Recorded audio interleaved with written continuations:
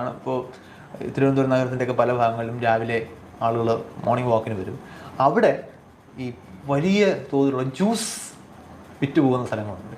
ABC മറ്റേ juice മറിച്ച juice പലതും ഭയങ്കര അപകടം പിടിച്ച സംഗതികളാണ്. ഇപ്പോൾ പാവയ്ക്ക ജ്യൂസ്, നമ്മുടെ ഈ സിമ്പിൾ ലോജിക്ക് കൊണ്ടുള്ള ആളുകൾ വിചാരിച്ചിട്ടുണ്ട് പാവയ്ക്ക നേരിട്ട് ഷുഗർ കുറയ്ക്കുമെന്ന്. കാരണം പാവയ്ക്ക കയ്പ്പാണ്, ഷുഗർ മധുരത്തിൻ്റെ ആണല്ലോ. അപ്പോൾ അതിനെ കൗണ്ടർ ഇങ്ങനെയുള്ള നമ്മൾ ഇത് സിമ്പിൾ ലോജിക്കാണ്. ഇങ്ങനെ ഇതിന്റെ വേറെ പ്രശ്നം. ആഫ്രിക്കയിലെ പല സ്ഥലങ്ങളിലും ആളുകൾ കാണ്ടാമൃഗത്തെ വേട്ടയാടുന്നത് അതിന്റെ കൊമ്പിന് വേണ്ടിയിട്ടാണ്. അതെന്തിനാ ഉപയോഗിക്കുന്ന അറിയാമോ? ഉദാഹരണക്കുറവിനാണ്. Erectile dysfunction. അതായത് ഇതിന്റെ കൊമ്പ് ഇങ്ങനെ നിൽക്കുമല്ലേ, മനസ്സിലായി? ഈ നമ്മൾ ഇതിൽ നിന്ന് വ്യത്യസ്തരൊന്നുമല്ലേ, നമ്മൾ ഈ ലൈനിലാണ് ആലോചിക്കുന്നത്. മധുരം കാരണം ഉണ്ടാകുന്ന അസുഖമാണെങ്കിൽ കയ്പ് കഴിച്ച് ഇതിനെ കൗണ്ടർ ചെയ്യും. ഇല്ല, ശരീരം അങ്ങനെയല്ല വർക്ക് ചെയ്യുന്നത്. ഡയബറ്റിസ് ഉണ്ടാകുന്നത് നിങ്ങൾക്ക് മധുരം കൂടുതൽ കിട്ടുന്നുണ്ടല്ല, മധുരത്തെ പ്രോസസ് ചെയ്യാൻ കഴിയാത്ത വിധം വേറെ പല പ്രശ്നങ്ങൾ അവിടെ വർക്ക് ചെയ്യുന്നതുകൊണ്ടാണ് ഡയബറ്റിക് ആകുന്നത്. അതിന് നിങ്ങൾക്ക് വേറൊരു സാധനം അതിനകത്തേക്ക് കയറ്റി ശരീരത്തിന് ഭാരം കൊടുത്തുകൊണ്ട് ചെയ്യാൻ പറ്റില്ല. ഞാൻ ഈ ഭാരം എന്ന് പറയാൻ കാരണം ഈ കിഡ്നിയുടെ പണി ഫിൽട്ടറിങ് ആണ്. അപ്പം നമുക്ക് വേണ്ടാത്ത സംഗതികളല്ല അത് ഫിൽട്ടർ ചെയ്തെടുക്കണം. വെള്ളത്തിൽ കൂടെയാണ് ഫിൽട്ടർ ചെയ്തെടുക്കുന്നത്. അപ്പോൾ ആവശ്യത്തിന് വെള്ളം കുടിച്ചില്ലെങ്കിൽ ഫിൽട്ടറിങ് നടക്കില്ല.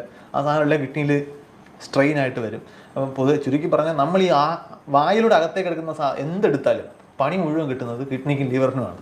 അപ്പം ഇങ്ങനെയുള്ള സംഗതികൾ ഇതിനകത്തേക്ക് ഒരുപാട് കെമിക്കൽസ് ഉണ്ട്. ഇപ്പോൾ പാവയ്ക്കയിലെ കയ്പെന്ന് പറയുന്നത് പാവൽ എന്ന് പറഞ്ഞ ചെടിക്ക് അതിൻ്റെ ഇമ്മച്ചുറായിട്ടുള്ള സീഡ് മറ്റു ജീവികൾ തിന്നു പോകാതിരിക്കാൻ വേണ്ടിയിട്ട് അതുണ്ടാക്കി വെച്ചേക്കുന്ന ഒരു ഡിഫൻസ് മെക്കാനിസമാണ്. കയ്പുള്ളതുകൊണ്ട് പെട്ടെന്ന് ആരും കയറി തുരക്കില്ല. അത് ശരിക്കും ഒരു ടോക്സിക് സംഗതിയാണ്, വിഷമാണത്. പക്ഷെ നമ്മൾ സാധാരണ രീതിയിൽ അരിഞ്ഞ് ഉണക്കി തോരനൊക്കെ വെച്ച് കഴിച്ചു കഴിഞ്ഞാൽ അതിന് മാത്രമുള്ള അളവിൽ അത് എത്തുന്നില്ല. പക്ഷെ ജ്യൂസ് അടിച്ച് കുടിക്കുമ്പോൾ അങ്ങനല്ല, ഒത്തിരി വലിയ അളവിലാണ്. ഡോസ് മേക്സ് ദ പോയിസൺ എന്നാണ്. നിങ്ങൾ കഴിക്കുന്ന സംഗതിയുടെ അളവ് ഭയങ്കര പ്രധാനമാണ് ശരീരത്തിൽ. നമ്മുടെ നാട്ടിൽ നിങ്ങളൊരു ഹെപ്പറ്റോളജിസ്റ്റ്, നെഫ്രോളജിസ്റ്റ് ഇങ്ങനെയുള്ള, അതായത് കിഡ്നി, ലിവർ ഇതിലൊക്കെ സ്പെഷ്യലൈസ് ചെയ്യുന്ന ഡോക്ടർമാരോട് ചോദിക്കും, ഇതുപോലുള്ള നാച്ചുറൽ എന്ന് പറഞ്ഞിട്ട് സംഗതികൾ വലിയ അളവിൽ സേഫ് ആണെന്ന് പറഞ്ഞിട്ട് എന്തോ ഗുണമുണ്ടെന്ന് കരുതി വലിയ അളവിൽ കൺസ്യൂം ചെയ്ത് കിഡ്നിക്കും ലിവറിനും നല്ല അസൽ പണി കിട്ടിയ ട്രാൻസ്പ്ലാന്റേഷൻ വരെ പോകുന്ന ഒരുപാട് കേസസ് നമുക്ക് ചുറ്റും നടക്കുന്നു. ഇതിന് പൊതുവെ പബ്ലിസിറ്റി കിട്ടത്തില്ല, കാരണം പരസ്യം എല്ലാം മറുസൈഡിൽ നിന്നായിരിക്കും വരുന്നത്. ഇത് പക്ഷേ ഡോക്ടർമാർക്ക് നല്ലതാണെന്ന് എനിക്ക് തോന്നുന്നു. കാരണം കുറച്ച് ട്രാൻസ്പ്ലാന്റേഷൻ ഒക്കെ ചെയ്ത് കഴിഞ്ഞാൽ അവർക്കും കുറച്ച് ബിസിനസ് നടക്കുമല്ലോ. എല്ലാവരും അങ്ങനെ കാണുന്നൊന്നുമല്ല, ഞാൻ പറഞ്ഞതാ. പക്ഷെ അതുകൊണ്ട് അവർക്ക് പരസ്യം ഇതിനെതിരെ അങ്ങനെ അവബോധം ഉണ്ടാക്കി കൊടുക്കേണ്ട കാര്യമില്ല. ഈ എക്സ്പേർട്സിനൊക്കെ വേറെ ഒരുപാട് ജോലിയുണ്ട്, പേഷ്യൻസിനെ ട്രീറ്റ് ചെയ്യാൻ ധൃതിയിലായിരിക്കാം.